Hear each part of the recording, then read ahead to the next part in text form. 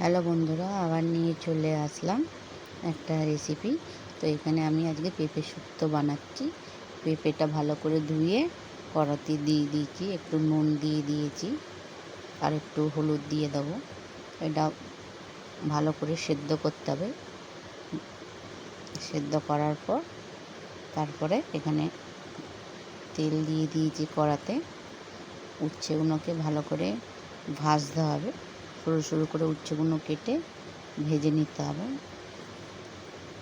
বেশি জোরে গ্যাসের আগুনটা রাখলে হবে না, খুব হালকাভাবে রেখে এগুলোকে ভালো করে ভেজে নিতে হবে।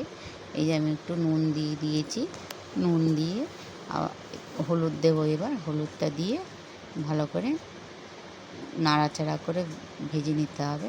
তো তোমাদের কেমন লাগলো রেসিপিটা অবশ্যই একটু কমেন্ট করে জানাবে। এই যে হলুদ দিয়ে দিলাম, ভালো করে নাড়াচাড়া করে ভাজার পর এরপরে আমি দিয়ে দেবো পাঁচফোড়ন।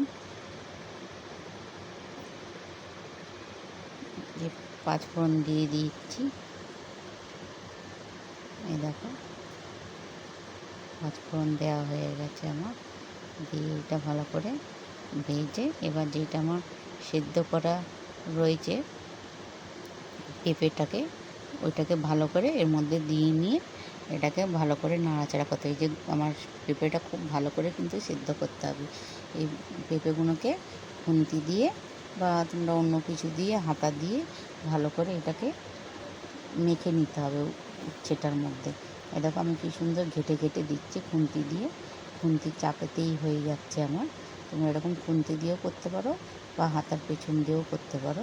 একটু মিষ্টি দিয়ে দিলাম, অল্প নুন দেওয়া ছিল ওতে। আর জলটা এমনভাবেই সেদ্ধ করে দিতে হবে যাতে ওতেই শুকিয়ে যায়। এই দেখো আমার এখানে কী সুন্দর পেঁপে শুক্তো রেডি হয়ে গেছে। তোমাদের কেমন লাগলো অবশ্যই কমেন্ট করে জানাবে। সবাইকে টাটা।